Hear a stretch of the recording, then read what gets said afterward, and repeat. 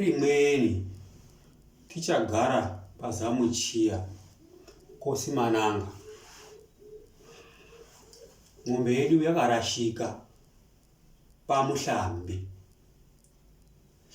Mombe yedu yarashika paMuhlambi. Takaitsvaka tikaitama. Taenda kousha kwambuka border. Right. Tatsvaka mombe itaitama. Takazopetukizve mangwani nemombe dzimweni. Tikaitsvaka tikaitama. Asi chaitishamisa ngechekuti varipo vaimukira kuma3 veienda ndau yakarashikira mombe, veienda kuminda korima. Veiti mombe vaiona mangwanani yeirye shango. Isusu tozoende kwaedza toda kuitsvaka toitama. Mombe yakadhonza 4 months tisikaioni. Vaimukira vaya veiti taiona mangwanani. Saka takazomukirawo nesu kuti ngatimbomukira kuti neona here kunzika mombe ineyi inooneka usiku. Takamukira kuma2 mwedzi wakajeka. Tikazoiona mombe yakuma4 yeitorye shango mundau meyakarashikira muyani. Mombe iyi takatombotoikanganwa kuti mombe idere yafema kudai. Yainga yafema kuita kumbwizira kuri vai, kuita kuketikira. Ndobva tauya naye kumuzi. Nevainga kumuzi vakatomboikanganwa kuti tiona mombe yedu yafema kudai. Tikati ndiona. Nemombe dzimweni dzakatoikanganwa kuti ndiona here iyi yafema kudai. Zvokuti dai mombe dzaireketa kana kuti mombe dzinoreketa dzakatomboibvunza kuti kufema kudai wainga uri kuriwo, kana kufema kudai wairye chiini, kana kuti zvekuti dai mombe dzaemura kana kuti mombe dzeemura dzakatoemura kuti wafema zvisikaiti.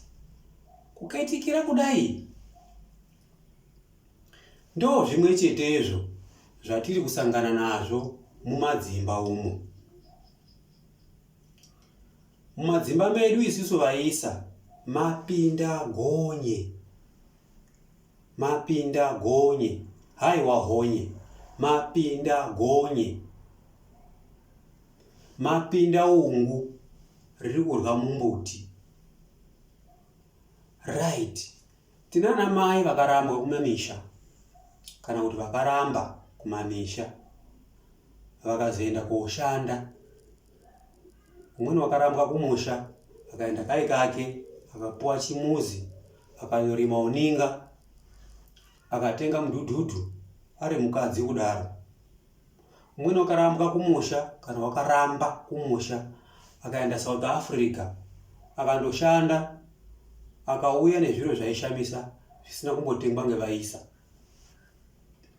Mukadzi wako akavhakacheyo kuona taita vakabva Joni kana kuti kuona munhu wakabva Joni unotoemurawo chambokwena miro. Unotoemurawo semayamuriro akaita mombe dziyani kuemura mombe yedu imweni yainga yarashika yatakazoona.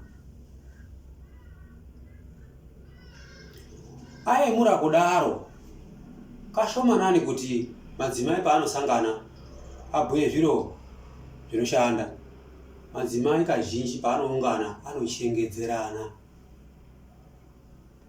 Taita vanokwanisa kuti munun'una, kana kuti munun'una anokwanisa kuti taita kuonda kudai musaneseka taita, hambai Joni, siya zvokuroorwa izvi, mwamuna wenyu irombe. Mukadzi wako otozviteedzerawo otokuramba zvokuti paanozobva kuona taita kana munun'una unozomuona kuti musoro wake wachinja. Kuda kumudainga apa haachabatiki, kuda kumudainga apa otsvedza. Pfungwa yake yayamura chini taita uri munun'una waona wakabva Joni. Ana mai, hapana chinopinda kuroorwa paupenyu.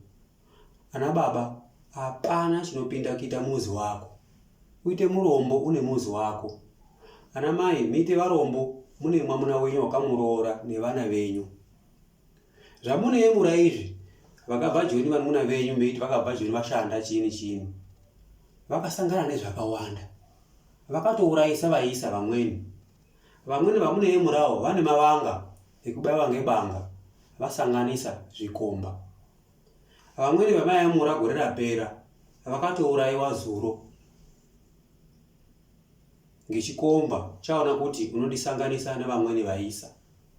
Musayemura vakaramba kumusha undozvishandira moti munozvidawo, zviri riski. Nana mai vakabayiwa mapanga vakafa vasanganisa zvikomba, vakakuwadzwa, vane mavanga. Kana une musha wako pawakaroorwa, gara apapo, ndipo pawakapuwa ndiMwari. Kana usina laki remare hauna.